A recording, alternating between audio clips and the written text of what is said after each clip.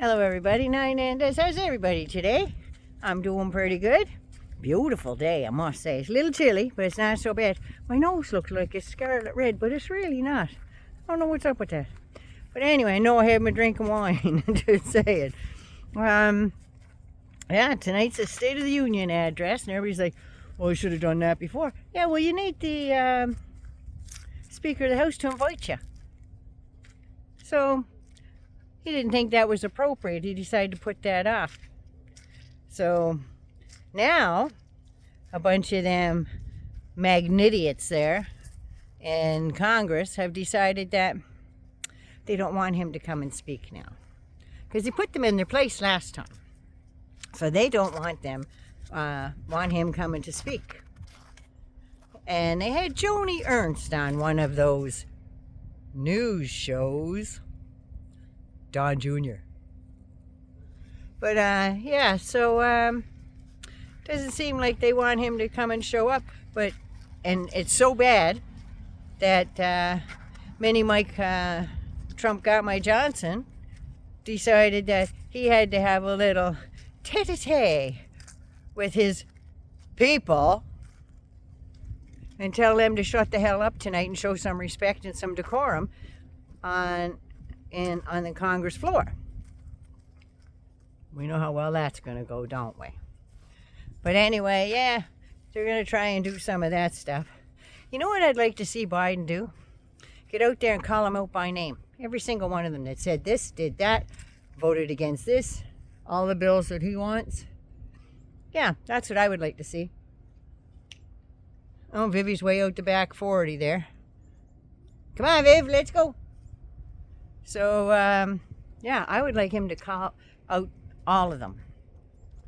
I think he needs to talk about Gaza tonight, because now dealing with Netanyahu is like dealing with a way crazier version of Trump.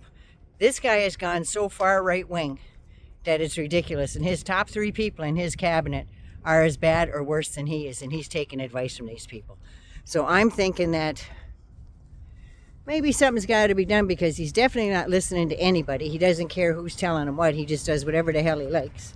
He's not even listening to the people in Israel. That's when you know a leader's not being a leader. So we could do some of that. He can try to get some of these grocery store people like Loblaws and Piggly Wiggly and whoever runs all those conglomerates, get them back and say, now listen, you made your fortune during COVID on the backs of people that couldn't get out and work to buy food. So now it's time that you haul and claw back some of those prices, because with the price of rent control should go back on. And with the amount of money that they're making in rent, one person moves out and all of a sudden that rent's doubled for the same apartment. So yeah. Hang on a second here. Appa. In the yard. In the yard. Where you go? My daughter's dog. Vivi's used to the routine. Appa's not. So yeah, I think they should get a hold of all those people, get them together and say, now listen, you're making money hand over fist. You got enough for your great-great-great-grandchildren to retire on.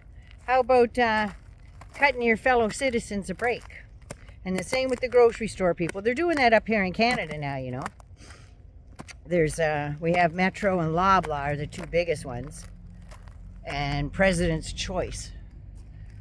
So we got to work on those guys, and they're starting to do stuff. Loblaw decided they used to have 50% off day-old stuff in the store, right? So they get rid of it, and then it was 50% off, and then they decided they were just going to do 30% off. Oh Jesus, the people revolted, wouldn't go to the store. So all of a sudden they got a 50% off shelf now. Imagine, the people have spoken. So they're doing that. Appa, in the yard. It's like herding a cat here. So they got that, so they're doing those talks with those people, at least up here anyway. And I'm just starting to do parallels between the guy who's the leader of our Conservative Party up here and the guys who are the leader of your Conservative Party down there. And you know, it's strikingly familiar. They're using the same friggin' catchphrases, all the dog whistles, and they're starting to ban the same things. They're doing all this, well, let's do it province to province. We're going to break away from the federal government. Well, I say put a goddamn fence around them and let them break away. But then let them look after their own monetary stuff. They won't be allowed to use the Canadian dollar. They won't be able to use the Canadian Armed Forces. Them get their own shit. They don't want to work with the federal government. Well, all that's to do with federal government. They can do their own policies and their own and put a goddamn fence around them. That's the way I'm looking at it. They don't like what things are, how things are going. Then they can just go straight back to hell. That's where they can go. I'm trying to get a good angle. I keep blaring out in the sun.